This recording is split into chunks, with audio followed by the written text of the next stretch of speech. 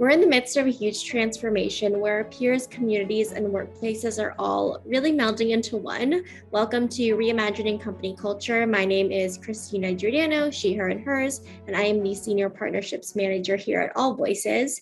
Today, I am very excited to welcome our next guest onto the interview series, Pam Jeffords. She is the Senior Partner at Sapient Insights Group, leading the Diversity, Equity, and Inclusion practice. Pam, it's good to see you. If you want to share a little bit about yourself for folks who are listening, including your pronouns, and when you were younger, how did you answer the question, what do you want to be when you grow up? Absolutely. Thanks, Christina, and thanks for having me on the show. Pam Jeffords, I'm a senior partner at Sapient Insights Group, she, her, hers, and I have the privilege of running our diversity, equity, and inclusion, as well as our employee engagement practice. For me, I think I've always wanted to be in business. There has never been a time where I wanted to be anything else. I wanted to be a business leader. I wanted to be the leader of people. And I'm just really, it's been amazing. I'm very privileged to be able to have done that for all of my career and changing some industries now and then, but for the most part, always been a people leader and working with employees and employee engagement. I love that. In terms of being a people leader, I know a lot of folks are talking about this dynamic thing. It's in the title of our interview series of company culture, especially as we're rethinking about the role of work, the workplace. What does it mean to be really intentionally equitable in our practices too? And I have a lot of questions about that as well. But starting off, how do you think about measuring in both a qualitative and quantitative way company culture? Yes, well, I think everybody can agree that company culture is the behaviors, right? It's the behaviors that are happening every day. And so for us, what we really focus on is the measurement of the existence of those behaviors. And then what is the collective power when those behaviors all come together and all leaders, all people leaders, all employees are doing the same behaviors. So and now we have the ability to really take that qualitative answers that employees are giving us around the behaviors that are happening at a quantitative scale. And we just didn't have that ability before until all the technologies that are coming and the different ways that we can measure employee engagement. And so it's really fascinating that they really are coming together and you don't have to choose now. Do you want a qualitative answer or do you want a quantitative answer? They're coming together. So it's exciting. Yeah, absolutely. And we see a lot of folks really leveraging that technology, leveraging the data to make insights-driven decisions and really ask people how they are feeling, and also really thinking about how you can consistently improve the employee experience. I know we were talking earlier about kind of how you leverage kind of those people-related facts and leverage research in every sense of the word. How do you kind of leverage that research and those insights to improve a really strong, equitable workplace? Yes, well, if you first look at what does it mean to have equity, right? It's giving people what they need at that moment versus equality, which is probably where we've all strived to be in the past, which is treating everyone the same. And now we know equity is really what we're looking for. What do people need? And at that moment. So when we're talking about the behaviors that people need, we're asking questions, like how do you want to engage with your leaders? And as opposed to assuming how they want to engage. And you'll have certain populations that say, I want to do after hours networking activities. I want to do lunch and learns. I want to have more town halls, things like that.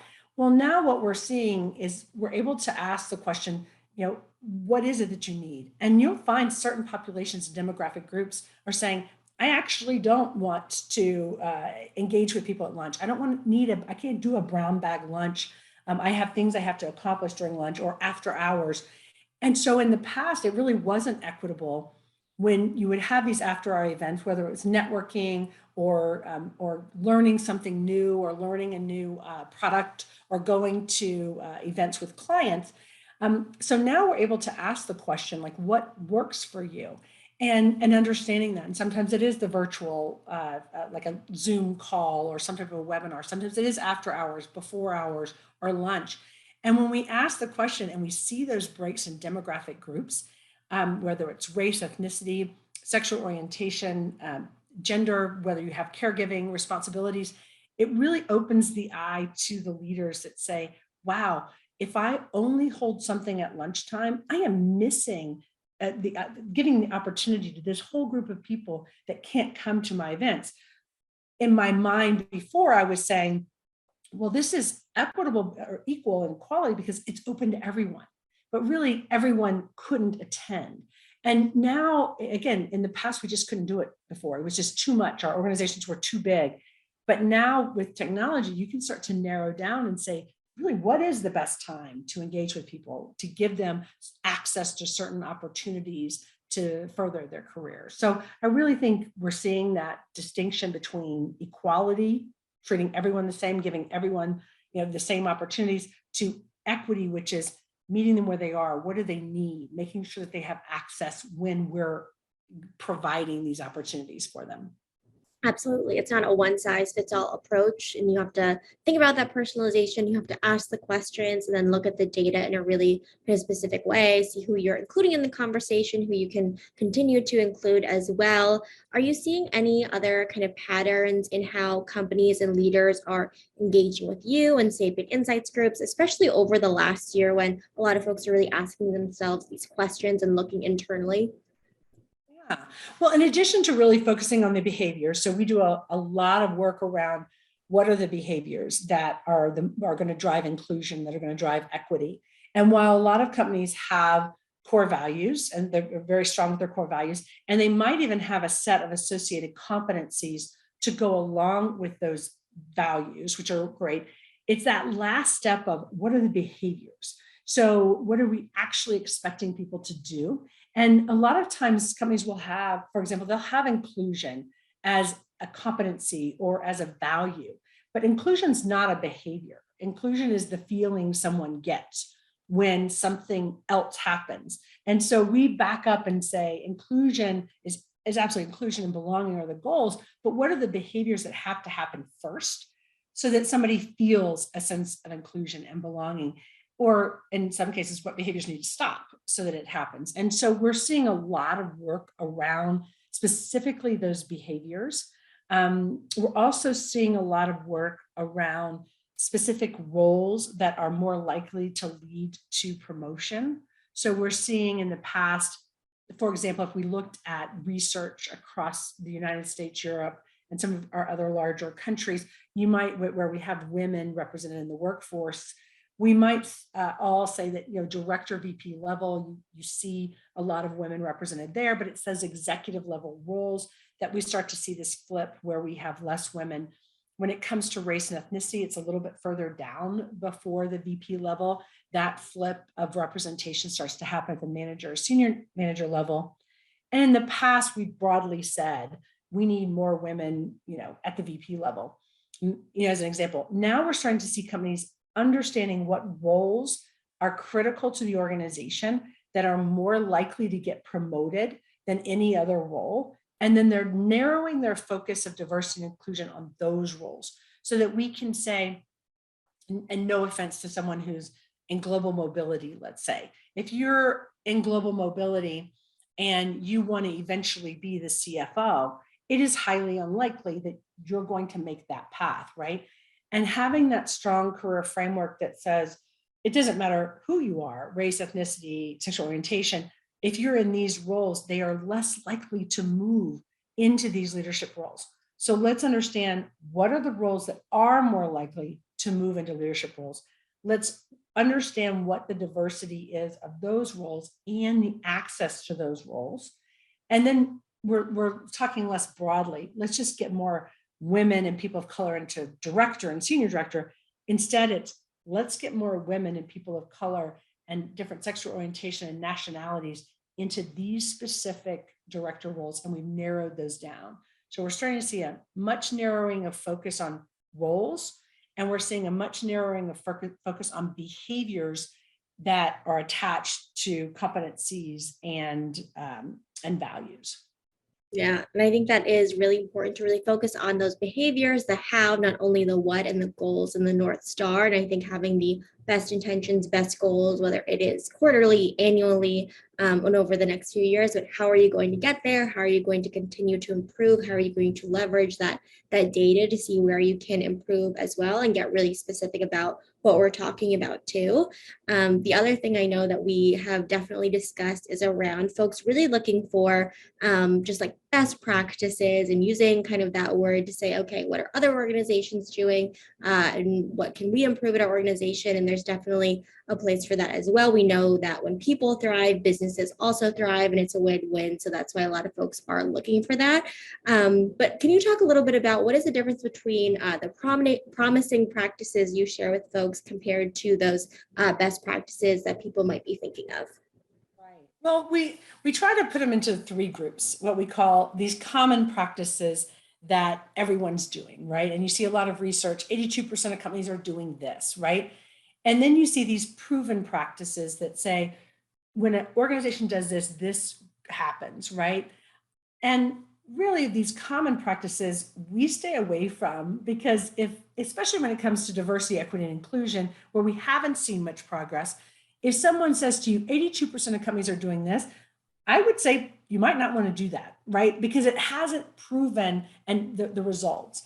But then you have things that are proven where we say, we know that organizations that consistently look at their compensation and look for any pay gaps, and they do salary equity analysis, they actually have better representation of women and people of color than those organizations who do not do any type of pay equity analysis. So we do know those are proven. But really where we're looking now is, what are those promising practices that organizations are doing now that are showing some early results, but we don't have 10 years of data that can say, if you do this, we know in 10 years this is going to happen. And so a lot of organizations are looking more for those promising practices that have a little bit of early good results. Companies are starting to use them, probably the leaders in this space, but shying away from those, what we call common practices that everyone has done in the past for the last 20 years. They haven't shown the results.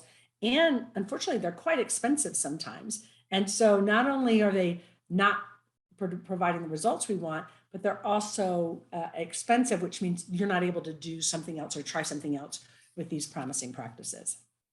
Yeah, I think that definitely makes sense in terms of really looking and being specific around those behaviors as well. And again, leveraging that data to make it a positive change too. And it doesn't have to be kind of those 10 years of data, just something that you are testing internally as well. I think one of the behaviors that a lot of folks have been discussing, because people want to continue to learn, upskill in their careers, and really do better and kind of know better as well, no matter what job or department you're in, is giving and receiving that feedback. You and I discussed one of the most inclusive behaviors you can really practice, because you have to practice the skill, is giving and receiving that constructive feedback that might be uncomfortable at times, but it is really important for everyone involved. What does that really look like in practice from your perspective? Well, there's two questions we love to ask, which is, are you receiving timely and frequent feedback? Like, how often are you receiving it? And is it timely? Is it when you need it? And then the second question is the feedback relevant and actionable? And interestingly, we do see a gap when it comes to demographic groups in terms of the answer to both of those questions. And so typically, if you're asking frequency and timeliness, a lot of women will say, yes, we're receiving frequent and timely feedback. But when it comes to is it actionable and relevant, it's much lower rating, right? And we've heard this a lot of times in research, that women aren't getting as good feedback. It's more around our appearance or our style. It's less about how we do our job. Men are getting much greater feedback on how to do your job better, less about their style. We're seeing people that are later in their career getting less frequent feedback. And the reality is, everyone needs feedback. It doesn't matter where you are in your career. And so to see these later in career people not receiving feedback, even though they do want to stay in the workplace, that's sad to see as well, because we know that we constantly have to be upskilled. After the George Floyd murder in the US, we saw people who identified as Black and African American getting both quantity and quality much lower. And so they were getting less feedback. And we would turn around and ask the people managers, we're hearing that our Black employees are getting less feedback. And they're like, absolutely, I'm not giving feedback to any Black employees right now. But the unfortunate thing is, when I remind them, well, how are people supposed to do their job if you're not giving them feedback in order to do their job? They're like, I get it, Pam. I don't know, but I'm nervous about giving any feedback. So you really have to remind them about the inequities of that and really push past this fear of saying the wrong things, doing the wrong things. We saw it a bit after the Harvey Weinstein issue in Hollywood. We saw men stopping giving feedback to women or not meeting with them anymore. So we really have to remind people that it is going to have a perpetuating effect where we're not going to have the performance that we want. So asking those two questions and looking at the demographic breakdowns, it's fascinating to see that we are continuing to see what we saw 20 years ago, which is the amount of feedback women get on their hair, especially women of color, get a lot of feedback on their hair, on their style. We can actually now, with some of the performance management systems we have, you can track the word count that people are getting. And you can, again, break that by demographics and see that certain populations are just getting fewer word count in general. Let's not even talk about the quality of it. They're just not getting the same quantity. And really, again, when it comes to looking to see if you have equity, to see if you're inclusive behaviors, the other thing I'll say about feedback, and one of the reasons I really like to focus on it, is sometimes it's casual feedback that makes the difference. It might be, oh, Christina, stop doing that or start doing this.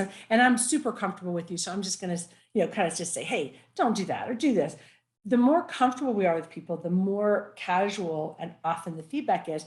And the less comfortable we are with somebody, the more formal it gets, the less frequent it gets. And so when people start to understand and realize that even these tiny little nudges they're giving to the people that they're around every day, that is a form of feedback.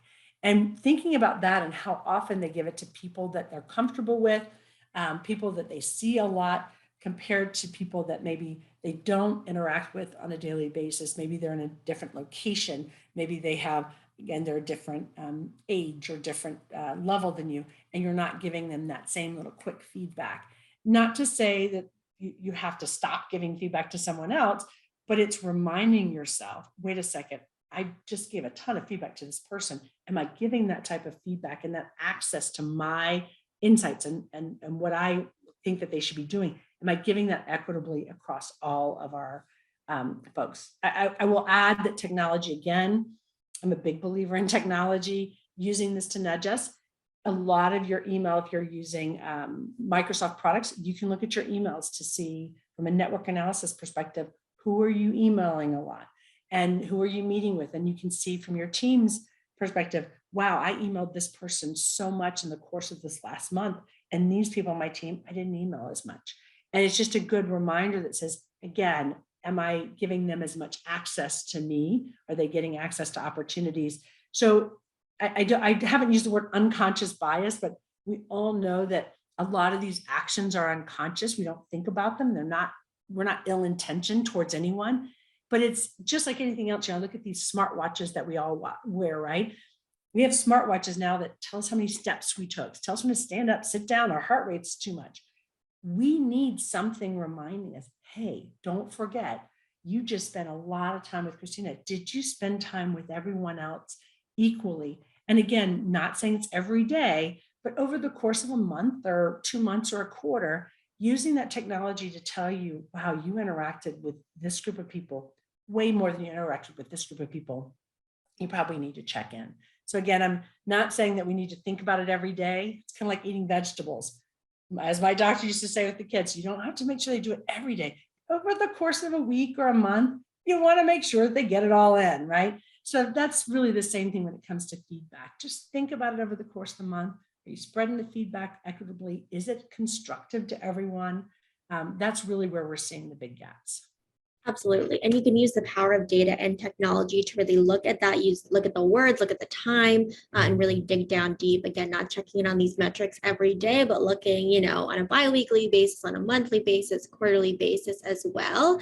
And I think that, we know that there is a ton of, again, data out there, a lot of studies, statistics that say when people receive feedback, they do a better job in their careers, they're more likely to stay in an organization. And you can say, especially as a manager, okay, that's great. That means I have to give feedback to my team. That makes sense. But then if you look internally at your company and you're seeing that, 50% of the people that are leaving in their exit interviews or something like that said they would have stayed if they received more constructive feedback, you might have kind of a little bit more of a nudge as well to change that behavior. And we've discussed how looking internally at your own company's data is really important in addition to reading these stats and studies that are out in the world. Can you give an example of a reaction you've had from leaders or people you've worked with once you shared the end result of their kind of internal data? Of course, you don't have to name any names. Right. Well, it is, it's one of the reasons data is so powerful, right? It's not, often it's not telling us something we didn't know. It's just validating what we do know, and validating it is in fact happening at your company. And so where I can show organizations what's happening in the world, what's happening in the US, what's happening in their industry, it really is, and they're nodding along and nobody's disagreeing with me. I can say, men are more likely to get promoted after the director level. And white employees are more likely to get promoted after the senior manager level, and everybody's nodding their head, and I'm showing them the research, and whether the research is McKinsey or Mercer or Deloitte or PwC, they're all saying the same things, right? And everyone's nodding. And then you're like, and then, it's happening here at your company. And they're like, wait, what? And even then they're like, okay, well, it's happening at the company, but our company's big. And then you're like, well, it's happening in your department. And they're like, wait, not my department. Yes. And then you have to go, okay, Christina, it's happening here. There you are right there. Like, I mean, I literally have to show them that's your organization, that's you, that's the people under you, and that's your directors and your senior VP still having inequities in promotion. And it's like a punch in the gut. And they're just silent. They're like, wait a second, Pam, that's really happening in my organization. And at first I was taken aback because it was like, well, you've been agreeing that this is happening all along. But in their mind, they were still saying, but not in my house, right? It's not happening here in my group. That's my peers. That's happening there, right? They're like, no, it's happening here. And it's one of those powerful things, like even when it comes to sexual harassment or any type of bad behavior that we all know statistically is happening everywhere. When it happens in your organization, or when you're actually privy to it, when you see it real time, your brain is just so lazy. It's not recognizing that that's what it is. Like I still can't quickly recognize it. I was in a meeting, and again, I do this every day, right? I've seen the research. I know what's happening. But when it happens to me, my brain it's still like trying to defend that this isn't really happening. And so I was in a meeting, and somebody walked up to me and said, oh, I'm sorry, this meeting is for partners only. And I was like, oh, wait, yeah, I'm a partner, and it was interesting because I'm 55, right? There were a lot of partners that were much younger, like they were in their late 40s, early 50s. So while maybe I have a younger face, I don't look that young, right?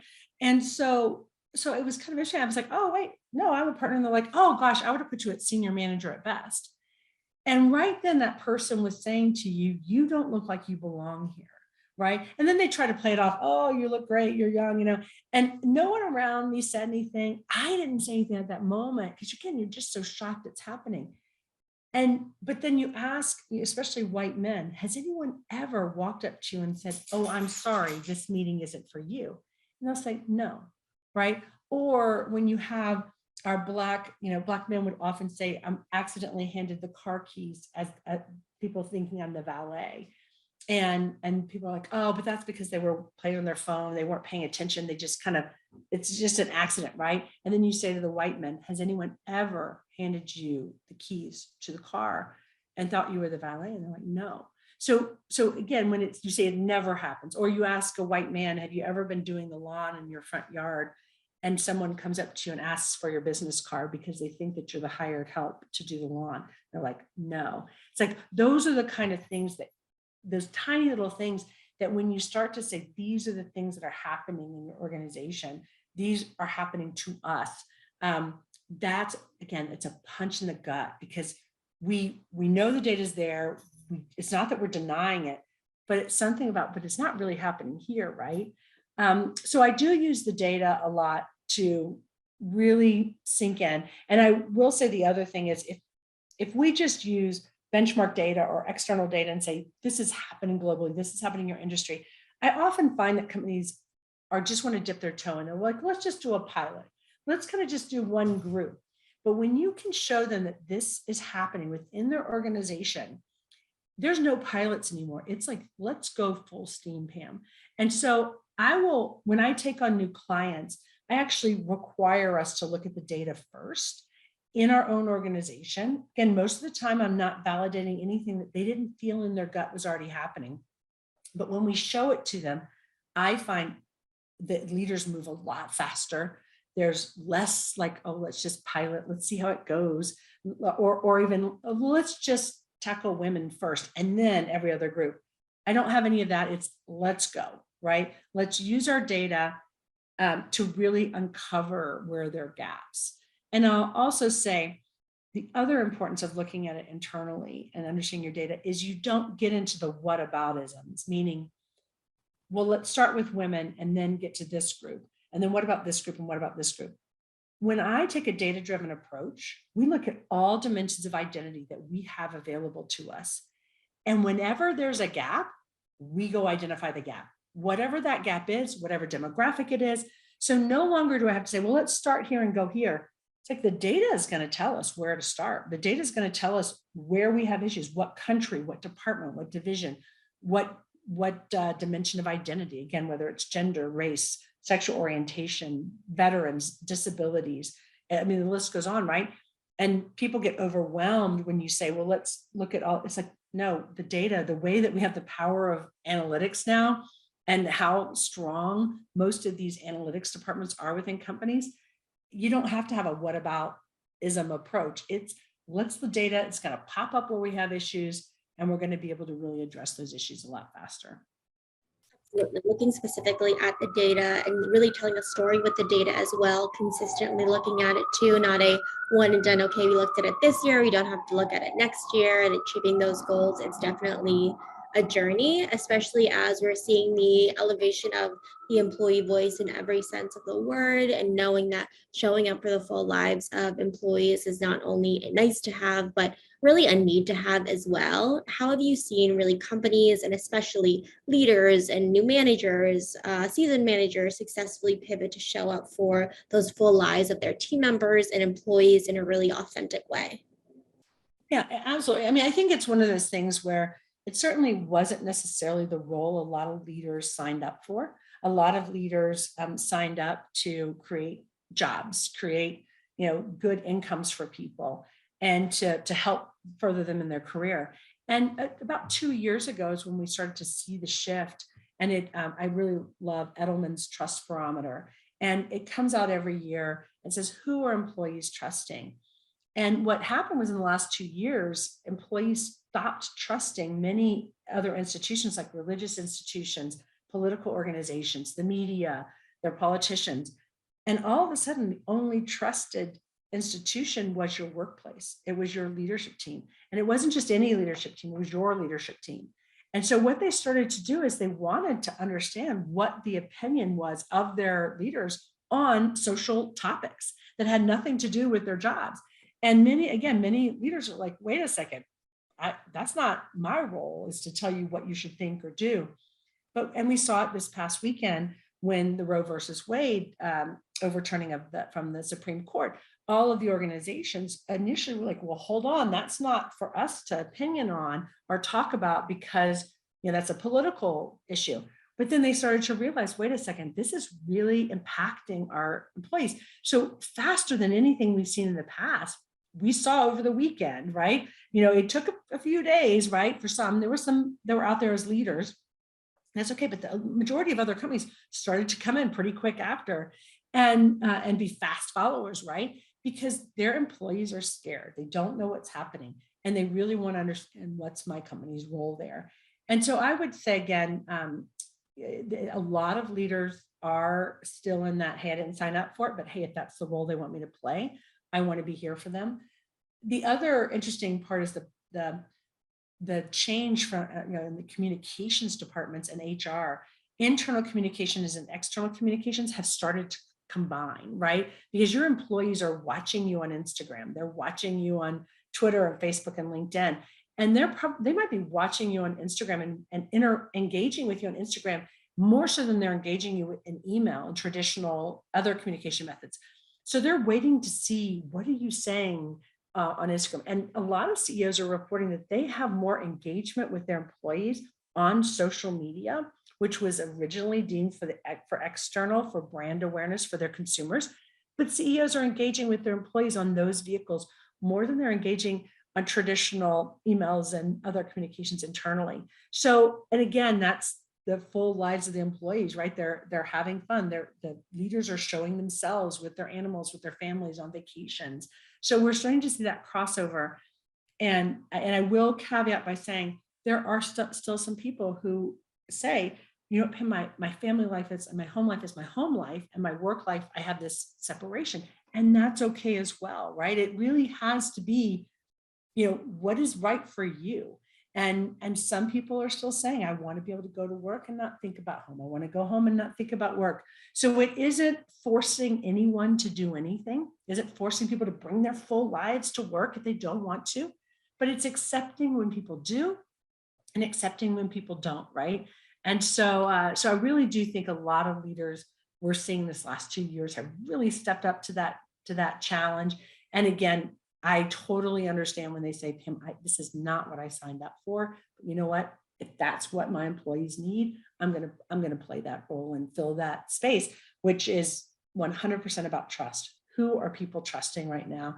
And they're trusting their business leaders.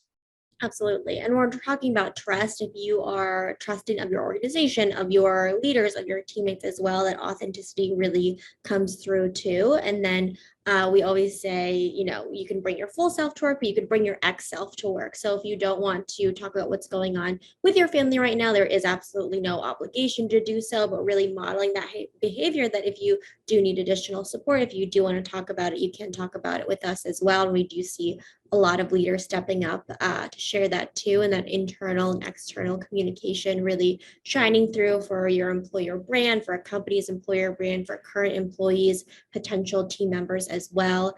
Pam, is there anything that I didn't ask throughout our conversation that you would like to share with listeners, or underscoring any kind of key takeaways you hope people bring with them?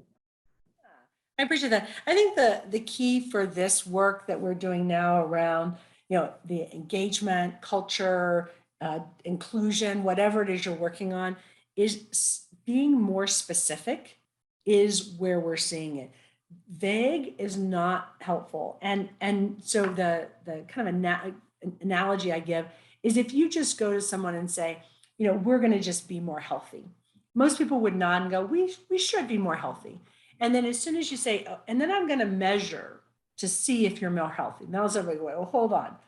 Wait, what do you mean, right? And then you start to get all the questions. Well, what does healthy mean? How do you measure it? What behaviors are you looking for? So I often tell people when they start to think about culture and inclusion, just stop being vague. Stop just saying, oh, let's just have a good culture. Let's have an inclusive culture. Let's do this right. It's like, you got to get specific. What do we mean? How are we going to measure it?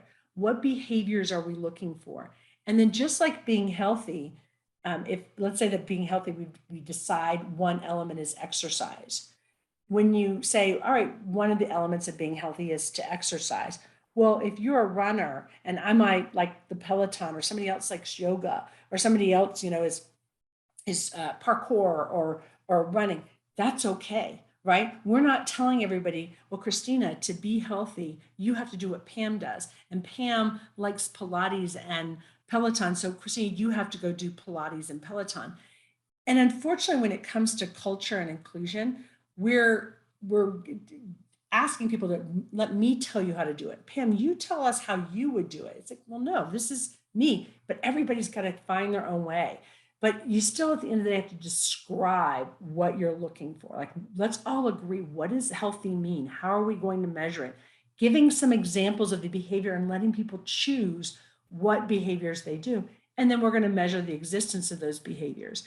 And anytime you're talking about culture, that's the level of detail. Is I literally will put it side by side with what does being healthy mean? And though, I mean, people can go down into, you know, what are we actually measuring? They build it out. And I say, great, now let's take that and let's build that out for our culture. What does it mean? How are we going to measure it? What are the different behaviors we're going to accept? Who wants to role model what behaviors? And they get excited because they understand the detail that they need to get into being healthy. They have the same detail when it comes to, we want an inclusive culture, and I have them build it out side by side. So I do think, again, being specific, being granular, describing the behaviors you're expecting, not just the feeling like, we want an inclusive culture or some other a fun culture. It's describing it, be specific, and having some fun with it, because it is fun exercise to do work around culture when you really spend the time and do it. So I'm thrilled that people are actually starting to come back around to thinking about culture. I'll say 5 years ago, even 5, 10 years ago, if you said culture, people were like, Pam, don't boil the ocean. Let's not go. Like, culture was something you couldn't really even address. It's like, no, just fix these other areas. Don't touch our culture.